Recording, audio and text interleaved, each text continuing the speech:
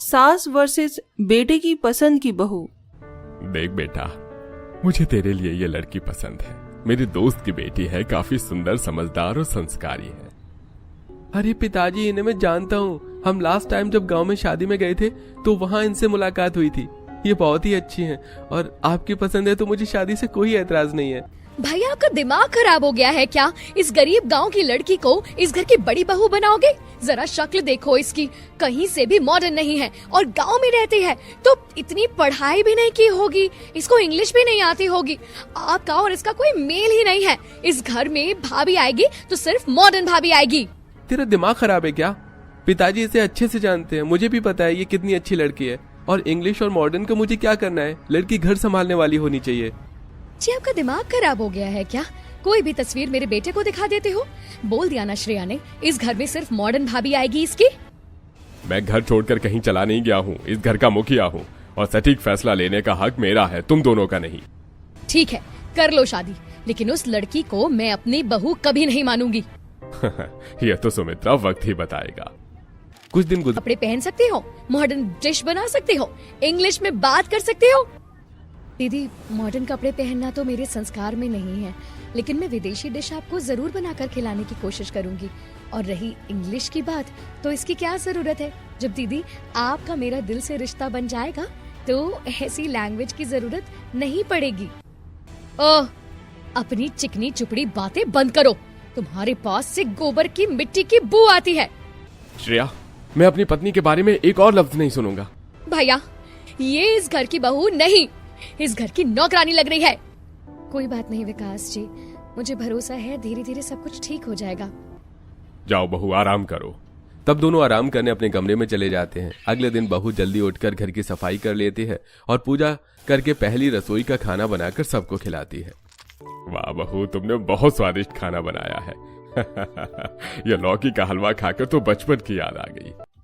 हाँ भाभी, खाना तो एक नंबर का सॉलिड बनाया है। गगन भैया, अब आप भी इसके हाथ का खाना खाओगे? कैसे बोल रही हैं? भाभी है वो हमारी और इस घर की बड़ी बहू। बहू और भाभी का तो नहीं पता, लेकिन इस घर की नौकरानी जरूर बन सकती है वो। बस श्रेया, बहुत हो गया, चुप बैठो और खाना खाओ। हाँ दीप्ति, हलवा तो छोड़ो, तुमने आलू की कचौरी और वेज पुलाव भी बहुत अच्छे बनाए हैं। श्रेया, माँ, आप दोनों भी खाकर देखिए। हमें इस गंवार गांव की लड़की के हाथ का खाना खाने की कोई जरूरत नहीं है। श्रेया ने फ्रूट काट दिया है, हम दोनों वही खाएंगी। ये घी वाला खाना हम नहीं खाते हैं। माँ जी, दीदी एक बार चख तो लीजिए, बहुत अच्छा बना है और इतना खाने से आपकी डाइट खराब नहीं होगी। तुम्हें समझ नहीं आता क्या? अपना खाना हम पर थोपोगी क्या? तब दीप्ति चुप हो जाती है और वो लोग अपना फ्रूट खाकर चले जाते हैं। दिन गुजरते हैं। दीप्ति बेहद आसानी से ससुराल की जिम्मेदारी संभाल लेती है। हर किसी के कपड़े प्रेस करना, खाना समय से बनाना, सास ससुर को टाइम पर दवाई देना इत्यादि काम वो बखूबी कर लेती है। लेकिन सास और नंद चिढ़े रहते हैं। एक दिन श्रेया अपनी दो सहेलियों को घर पर बुलाती है। अच्छा हुआ तुम दोनों आ गई। जस्ट सिट डाउन सलोनी और पायल। भाभी, ओ भाभी, मैंने आपको कहा था ना मेरी फ्रेंड्स के लिए कुछ बना लाओ, जरा लेकर आओ। जी लाई। ऐसा कहकर दीप्ति पहले नींबू पानी दे देती है और फिर पूरी कचौड़ी बनाकर ले आती है। ये देख दीप्ति गुस्सा हो जाती है। आपका दिमाग खराब है? मेरी फ्रेंड के लिए क्या लेकर आई हो? मेरे फ्रेंड्स पूरी कचौरी खाएंगे, दिमाग नाम की चीज नहीं है क्या? इसीलिए मैं बोल रही थी कि मुझे इस घर में मॉडर्न भाभी चाहिए। वो होती तो कम से कम स्नैक्स बर्गर बना देती या तो लेकर मंगवा देती। कोल्ड ड्रिंक की जगह नींबू पानी लाना जरूरी था। Cool down. देख, ये सब तो तुमको शादी करने के टाइम सोचना चाहिए था, ताकि घर में कौन सी भाभी आनी चाहिए। जरा देख तो, तेरी भाभी कम इस घर की नौकरानी ज्यादा लग रही है और वैसे ही काम भी कर रही है, वही खाना पीना लाई है। अरे आजकल के जमाने में ये कौन खाता है? और इनका ड्रेसिंग सेंस देख। चल यार, मूड स्पॉइल हो गया यहाँ पर। ये सब नहीं खाएंगे, बाहर चलते हैं, बर्गर किंग में जल्दी से तैयार हो जा। ऑलराइट, इतना मूड खराब हुआ है तो पार्टी करना भी तो जरूरी है। गवार भाभी, करवा दी ना मेरी फ्रेंड्स के सामने बेइज्जती। दोबारा से मेरे सामने मत आना अपनी ये देसी चीज लेकर। सॉरी श्रेया, मैं दोबारा से कुछ बना कर ले आती हूँ, ऐसे मत जाओ। श्रेया, ये क्या बदतमीजी है? अपनी भाभी से सबके सामने ऐसी बात करते हैं? प्लीज पापा, अब आप इसकी वकालत मेरे सामने ना करें। मेरा वैसे ही मूड खराब हो गया है। आप खाइए अपनी पसंदीदा बहू की ये देसी चीजें। तब श्रेया सुंदर सी ड्रेस पहनकर फ्रेंड्स के साथ पार्टी करने चली जाती है। इट्स रॉकिंग यारा, कभी इश्क तो करो। इट्स रॉकिंग, मरो तुम इश्क पे मरो। मैं सदके जावा, मैं सदके जावा, हो इश्क पे यारा मैं सदके जावा। वाओ, अच्छा हुआ हम यहाँ पर आ गए, वरना तेरी भाभी ने तो पूरे तरीके से मूड ऑफ कर दिया था। तुझे पता है मेरी भाभी बहुत मॉडर्न है। हम दोनों साथ में शॉपिंग करते हैं, साथ में क्लब जाते हैं और गॉसिप भी करते हैं। जब तुम लोग बिजी होते हो तो वो मेरे बहुत साथ होती है। तो ठीक बोल रही है सलोनी, मेरे दूसरे भाई है ना, मैं बिल्कुल वैसी ही भाभी लाऊंगी। ये तो पापा ने चलने नहीं दी और अपने और भाई के पसंद की बहू घर में ले आए। Guys, I'm very hungry. Let's go. Hunger मिटाओ मिशन। इसके बाद तीनों बर्गर पिज्जा खाते हैं। दिन गुजरते हैं। सुमित्रा और श्रेया गगन के लिए अच्छे अमीर घर की लड़की ढूंढने लगती हैं। अरे सुमित्रा बहन, आपकी जैसी बहू चाहिए। वो ये है वर्षा, बहुत ज्यादा मॉडर्न है, पढ़ी लिखी है, आसपास नौकर एक इशारे पर काम करते हैं और इनके घर वालों की डिमांड है कि बहू कुछ काम नहीं करेगी लेकिन दहेज मोटा आएगा। अब आप बताइए, हाँ है तो हम आगे बात बढ़ाएं। मैं जैसे चाहती थी, मुझे मेरी मॉडर्न भाभी मिल गई है। वो मेरी फ्रेंड बनकर रहेगी यहाँ पर। माँ ठीक है ना ये गगन भाई के लिए? हाँ ठीक है, वैसे भी वो नौकरानी है ना काम करने के लिए, तो मेरी मॉडर्न बहू को वैसे भी घर का कोई काम करने की जरूरत तो है नहीं। पंडित जी आप बात आगे चलाओ और शादी इसी महीने होगी। ये सुनकर पंडित अमीर घर में जाकर गगन और वर्षा की शादी की बात चलाता है। फिर 2 हफ्ते बाद शादी होने के बाद वर्षा बहुत महंगे महंगे लहंगे में एंट्री करती है और उसी के साथ बहुत सारा दहेज भी आता है और सास आरती उतारती है। कब से इस दिन का इंतजार कर रही थी, आखिर मेरी वर्षा बहू आ ही गई। बहुत सुंदर है और बेटा इतना सामान लाने की क्या जरूरत थी। फाइनली मेरी मॉडर्न भाभी आ गई।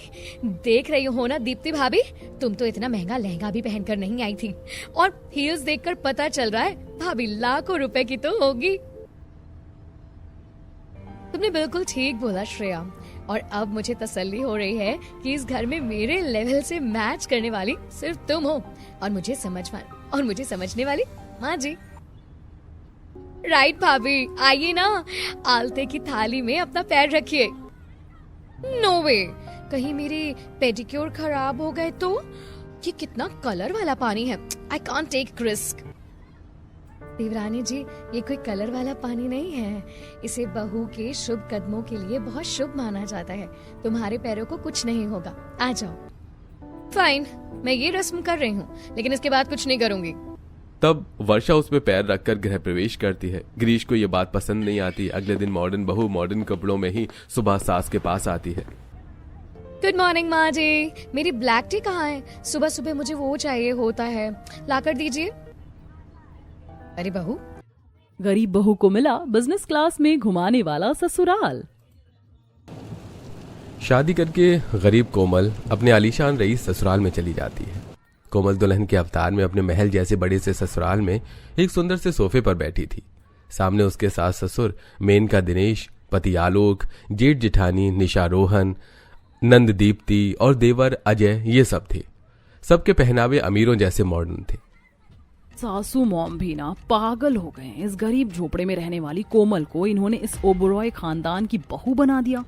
कोमल बहू, अब तुम इस ओबरॉय परिवार की बहू, कैसा लगा तुम्हें हमारा घर? कोमल, जिसने सपनों में भी ऐसा महल जैसा घर नहीं देखा था, वो इस आलीशान महल को देखकर कहती है, बहुत सुंदर है माँ जी आपका घर। What is this माँ जी? Call her mother-in-law and mom. क्या?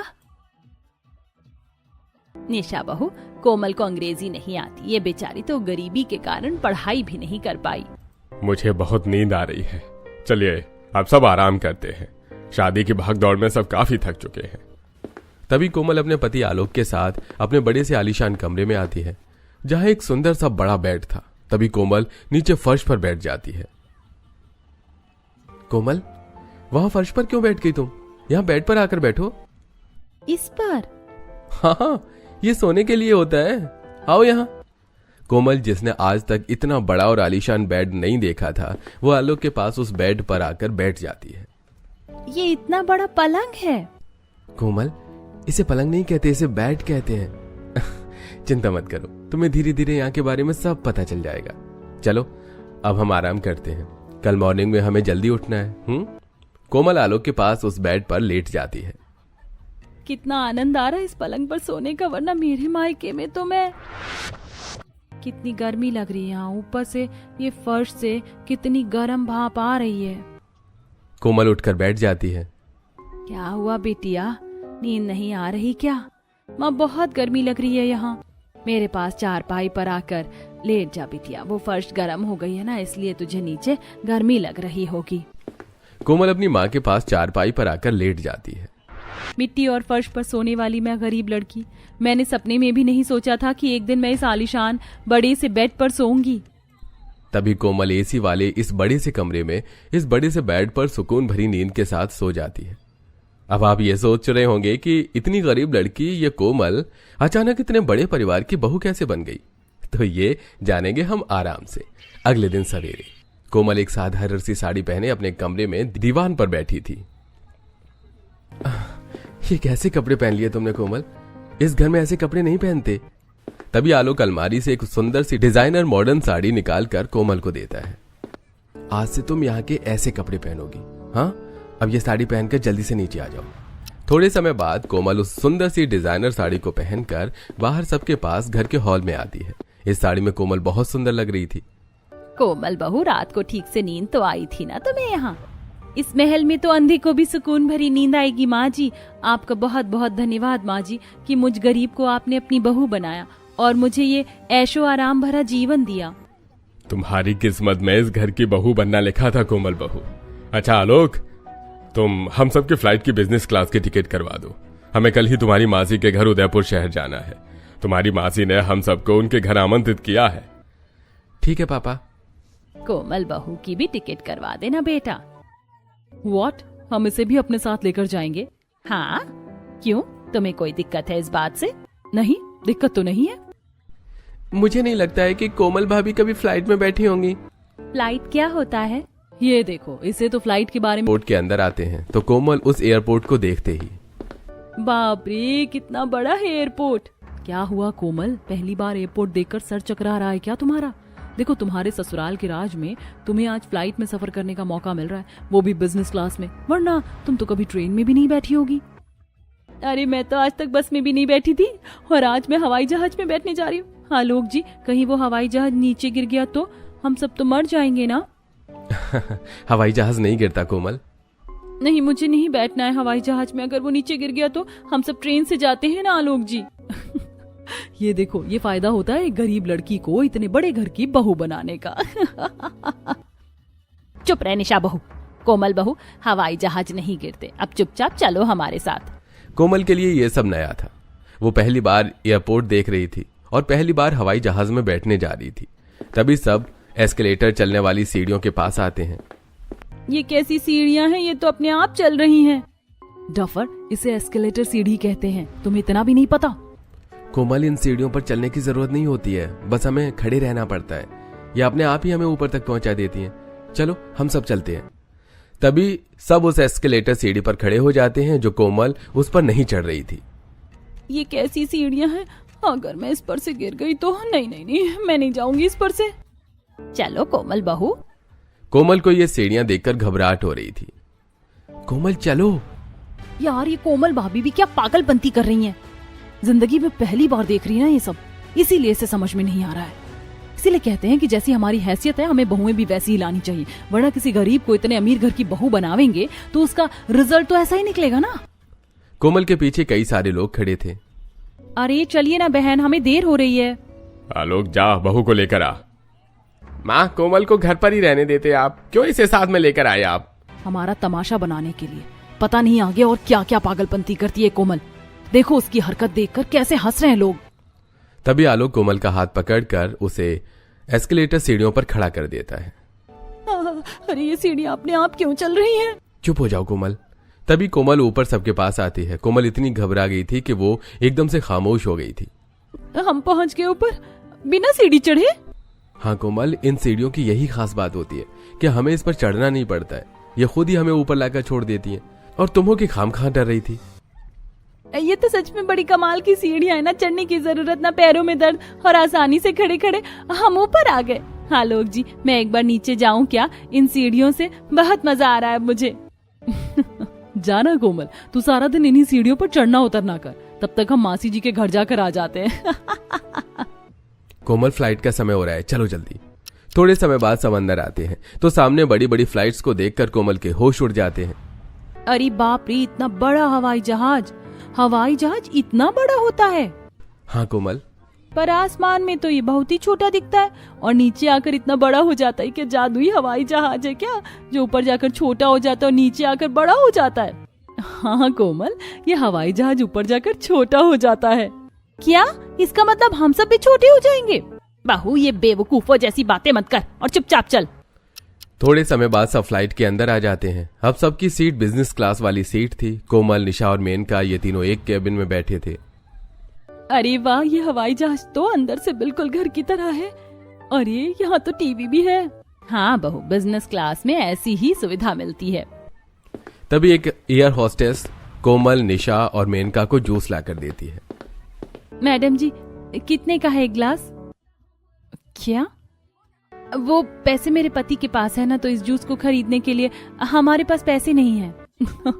कोमल, अब तुझे इस जूस के पैसे तो देने ही होंगे, वरना ये तुझसे पूरे हवाई जहाज की सफाई करवाएंगे।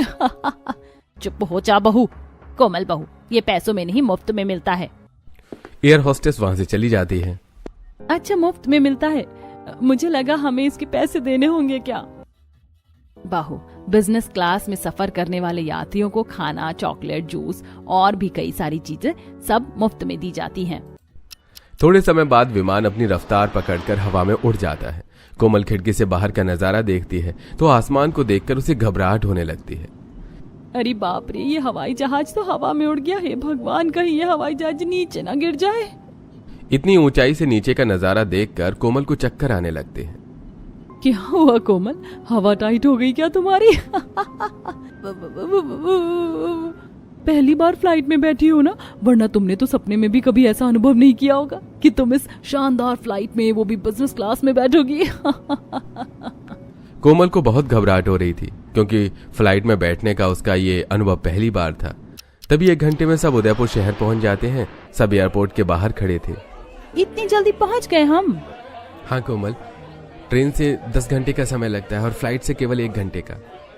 और कोमल, पहली बार विमान में बैठकर कैसा लग रहा है?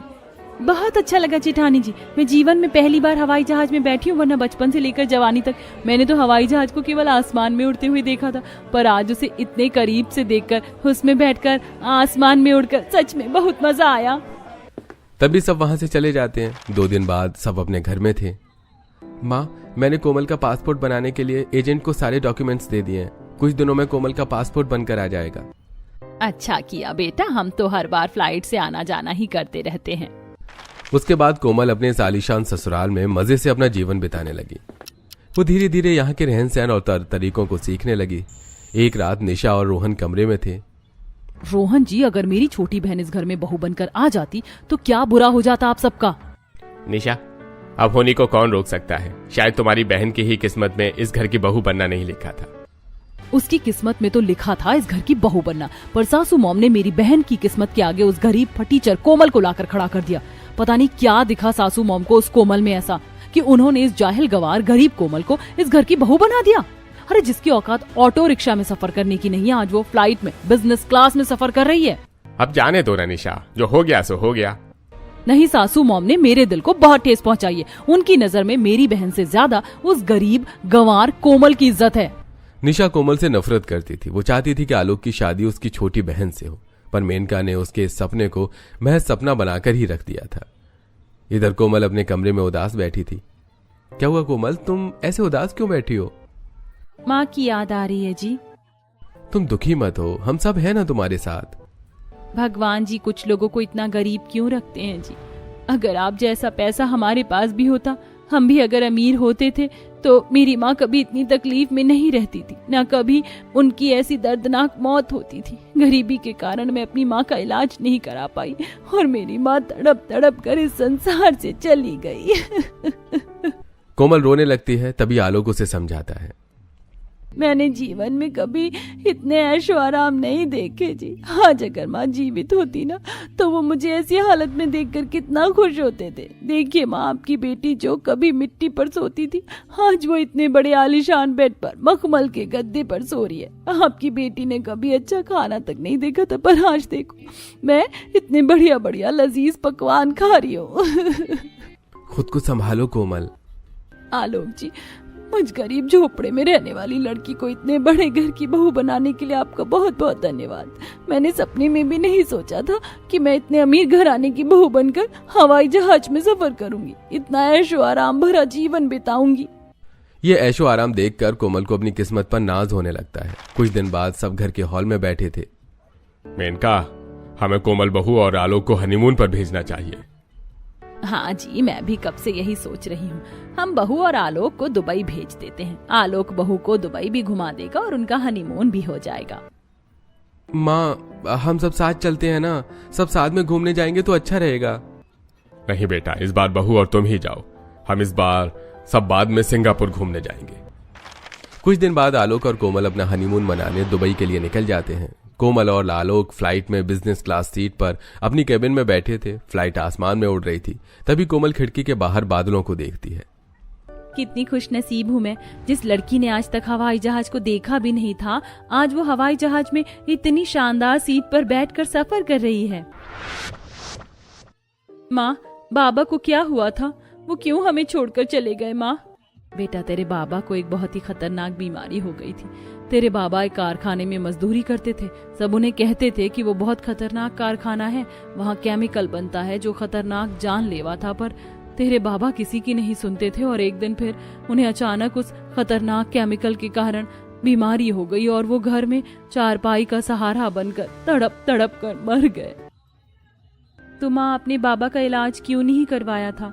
बेटिया, हम लोग बहुत गरीब हैं। तू उस समय 5 साल की थी। तेरे बाबा के जाने के बाद मैं गांव में दूसरों के घर सफाई का काम करती थी और धीरे धीरे मुझे भी एक घातक बीमारी ने अपना शिकार बना लिया।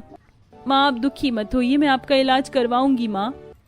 तभी आसमान में उड़ते हुए एक विमान की आवाज आती है। कोमल जब ऊपर देखती है तो ऊपर आसमान में ऊंचाई पर एक हवाई जहाज उड़ रहा था। अरे माँ, देखिए हवाई जहाज। कहाँ है? मुझे तो दिखाई नहीं दे रहा। अरे वहाँ ऊपर आसमान में देखिए ना माँ, देखिए वो बादलों में उड़ रहा है।